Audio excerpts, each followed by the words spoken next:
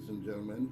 Welcome once again to the People's Forum of In the Streets with Big Stone. Today, the topic that we speak on is the topic of cellular phone, and there are certain apps that is contributing to our children wanting disrespect and display sexually for each other. We're talking about kicks, we're talking about WhatsApp, and we're also talking about Snapchat. Now, ladies and gentlemen, I can understand when a parent purchases a cellular phone to give to his or her child so that they can keep in touch with their children. It's a beautiful idea because at least you get a chance to know where your children are. But, ladies and gentlemen, it has also turned out to be a monster where our children now easily accessing the internet via these, what you call it, cellular phones, these high profile, high tech phones. These children are getting from bad to worse. And guess what? They're not being supervised by their parents or their guardians. Let's talk about sexting. Now let's understand what sexting means. Sexting is sending, receiving, or forwarding sexually explicit messages, photographs, or images, primarily between mobile phones. It may also include the use of a computer or any digital device. The term was first popularized in the early 21st century and is a portmanteau of sex and texting, where the latter is meant in the wide sense of sending a text, possibly with images. In August 2012, the word sexting was listed for the first time in the Merriam-Webster Collegiate Dictionary. The first published use of the word sexting was in a 2005 article in the Australian Sunday Telegraph magazine. The Pew Research Center commissioned a study on sexting which divided practices in three types. 1. Exchange of images solely between two romantic partners. 2. Exchanges between partners that are shared with others outside the relationship. 3. The exchange between people who are not yet in a relationship, but where at least one person hopes to be. Sexting has become more common with the rise in camera phones and smartphones with internet access that can be used to send explicit photographs as well as messages. Whilst texting is used by married couples, most media coverage fixate on negative aspects of adolescent usage. While film camera often require a dark room to process negatives, modern camera phone can record sexually explicit images and videos in privacy. Young adults use the medium of the text message much more than any other new media to transmit message of a sexual nature. Teenagers who have unlimited text message plan are also more likely to receive sexual suggestive texts. As a result of sexting being a relatively recent practice, ethics are still established by both those who engage in it and those who create legislation based on this concept. Whilst texting is seen as a positive or negative experience, typically rests on the basis of whether or not consent was given to share the images. Nevertheless, Australian laws currently view under 18s as being unable to give consent to sexting, even if they meet the legal age of sexual consent. Now let's look and explore sexting with social media applications are concerned. Sexting has been promoted further by several direct message applications that are available on smartphone. Among the most popular applications for this use in 2015 were Kicks, Snapchat, and WhatsApp. The difference between using these applications and traditional texting is that content is transmitted over the internet or a data plan, allowing anyone with internet access to participate. Kicks and WhatsApp appeal to teens because of the anonymity of the application. Snapchat appeals to teens because it allows users to send photos for a maximum of 10 seconds before they self destruct.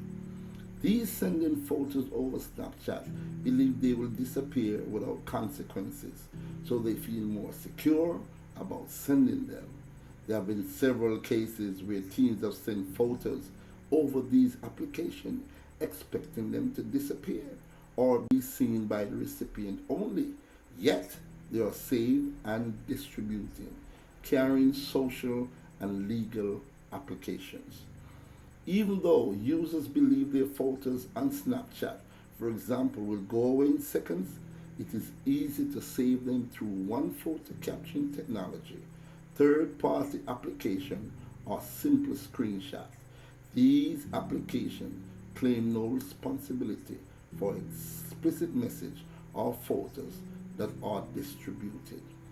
Now, ladies and gentlemen, I understand that you love your child or your children. And I understand that if you are one of those upscale family, you want to get your children these smartphones.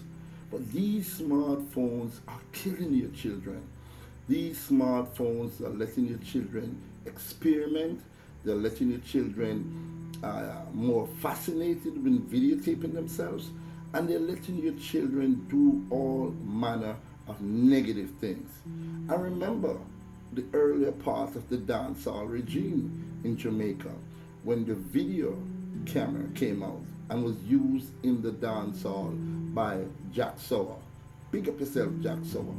I remember people used to just go to a dance, hold on to a partner, and just have a wonderful time.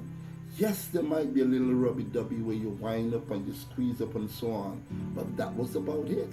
But since the camera came into the dancehall have gotten from bad to worse. People have taken off their complete clothes. There's nudity. There's also different acts. We're talking about staying on top of a building, jumping off onto another person, creating a lot of bodily harms. We've seen the dance hall become so explosive, so exotic, so nasty because of these cellular devices or these camera devices. There's something, ladies and gentlemen, that once that phone on that spotlight goes on you, you kind of have no control over yourself. It's like hypnotic, where the lights do something to you. So I'm appealing to parents, guardians, school teachers to kind of desist from using or asking your student to use the phone to capture anything. I think there should be laws against who owns a cell phone, especially a smartphone.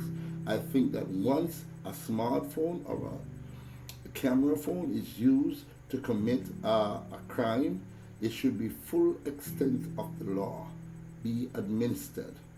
Ladies and gentlemen, recently there was a D&P competition that was on the phone where young students dressed in their school uniform have no regards to identifying who they are. They're so mesmerized and so overcome by the camera devices on the phone. Ladies and gentlemen, they're doing all kinds of abominable things. I'm sorry for what our younger generation have been brought into by technology. No, technology is a great thing. I believe in technology. I'm using technology right now to meet or to greet hundreds of thousands of people on a day-by-day basis. But I'm a consenting adult. I'm an adult that is intelligent. I'm an adult that does the right thing. I'm an adult that does not share pornography on my phone or child pornography. I'm against those things. I hit out on those things on a daily basis.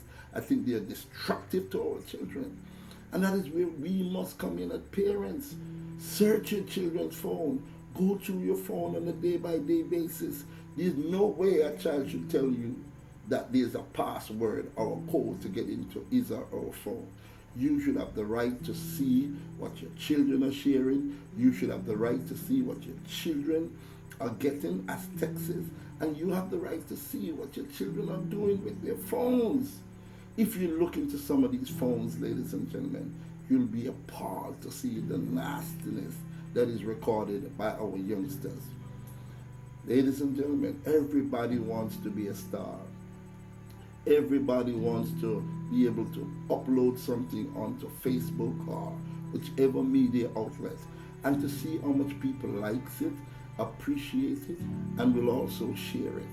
But ladies and gentlemen, let me tell you something. It is a destructive tool. It is.